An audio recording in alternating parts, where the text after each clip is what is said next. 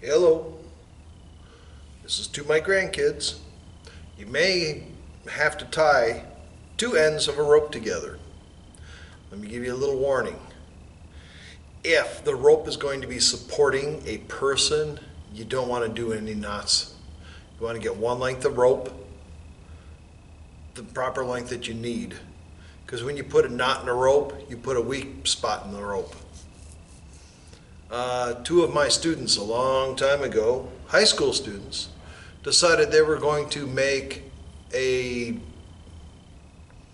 zip line. Well, the rope wasn't long enough. You couldn't tie a knot, so they got like a polypropylene rope, vinyl rope. And all they did is they melted the two ends together. And then they tried it out, and of course one of them broke their arm because if somebody's life depends on it, use one length of rope. But you have two ends, and you're tying it together for like something on your trailer. This is a square knot. You take your right, go over your left, and around. Then take your left and go over your right and around. And it should look like that when it's done. This is a good knot if you have a constant load on it. Sometimes a load will come and go, and when that happens, the knot loosens up. Good knot for when you have a constant load.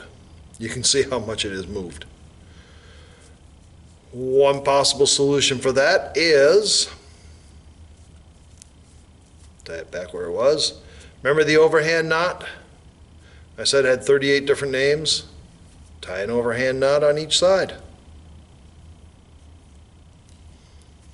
Tie an overhand knot on this side.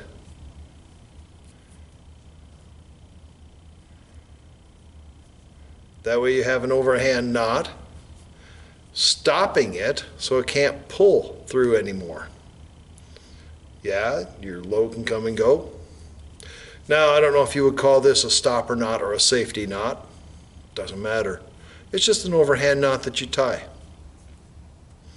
And that should hold it.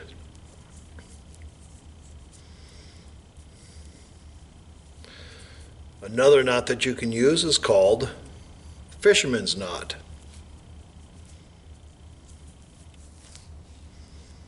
The fisherman's knot, you just tie an overhand knot. You run the two lines together like this. Tie an overhand knot. Go through.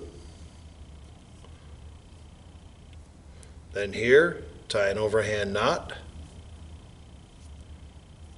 And go through. Then the two overhand knots will pull together. And this is very good. Again, I would not trust somebody's life to this. Too many things can go wrong. One piece of rope. In a study that I read done by the Army in the early 60s, they measured how much strength is lost every time you tie a knot. If you put just a simple overhand knot in your rope, I believe it's like 45% of the load capacity you lose. So every time you tie a knot, you will lose strength in the rope. Now, with that overhand, the fisherman's knot, you can do a double fisherman's knot. You go around, and instead of going through, you go around again, and then go through both the loops.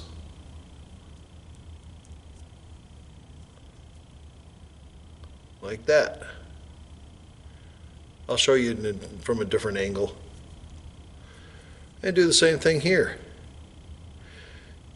You wrap around twice, going back on itself,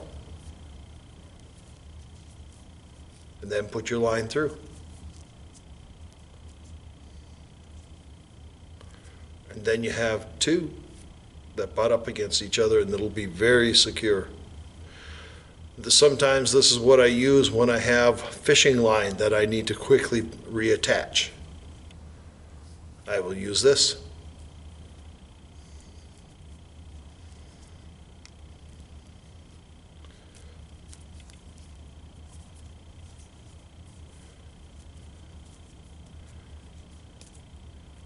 Okay, I'm going to show you how to do that from a different angle.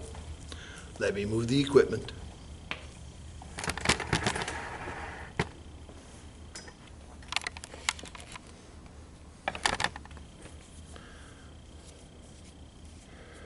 Okay,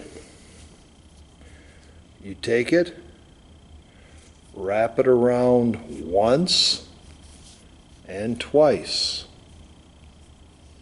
Then you feed it through. Both the loops. Comes out like that. Do the same thing to the other side. Wrap it around twice. Once. Twice. Then feed that through the two loops like that. Then you pull it together. There you go.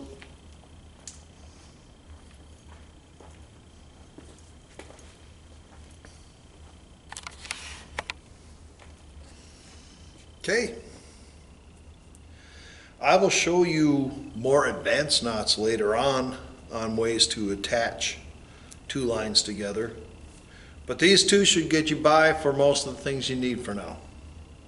Okay? Have a good day.